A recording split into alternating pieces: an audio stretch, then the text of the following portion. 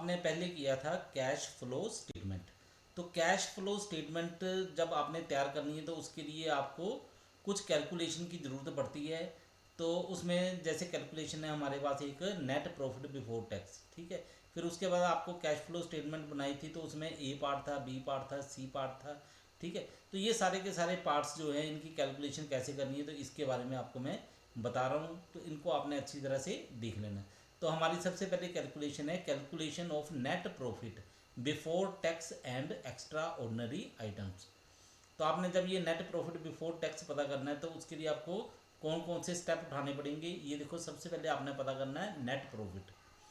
तो net profit अगर आपको क्वेश्चन में दिया है तब तो ठीक है, अगर नहीं दिया हुआ है तो आप कैसे पता करोगे, आप करोगे closing balance of surplus minus opening balance of surplus, तो वो अमाउंट आपकी यहाँ पे आ जाएगी। उसके बाद आपने ऐड करना है। ऐड कौन कौन सी आइटम करोगे इसमें, इसमें करोगे transfer to reserves from surplus. तो सरप्लस से आपने जो जो भी अमाउंट जो है ट्रांसफ़र की है रिजर्व में, किसी भी रिजर्व में, ठीक है, जितने भी रिजर्व बनाए हैं जिसमें सरप्लस की अमाउंट जो है वो ट्रांसफ़र की है, ठीक है, रिजर्व के लिए, उन सभी को आपने ऐड करना है, ठीक है।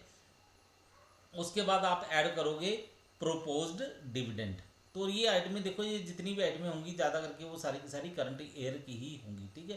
प्रपोज्ड डिविडेंड करंट ईयर का आपने प्लस कर देना है। फिर उसके बाद interim dividend paid current year का है, प्लस कर देना है आपने।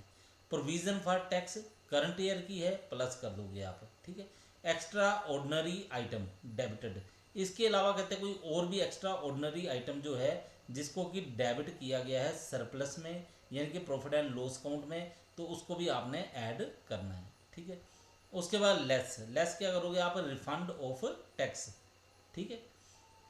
और आप करोगे एक्स्ट्रा ऑर्डिनरी आइटम, इसके अलावा कोई और आइटम है, ठीक है, एक्स्ट्रा ऑर्डिनरी आइटम जो है उसको आप लेस कर दोगे, ठीक है। अमाउंट कौन सी बताया हुआ, क्रेडिटेड, यानी कि एक तरह से अगर इनकम होगी तो उसको आप लेस कर दोगे, ठीक है। तो इसके बाद आपके पास आंसर क्या आ जाएगा, आपके पास आंसर आएगा net profit before tax and extra ordinary items.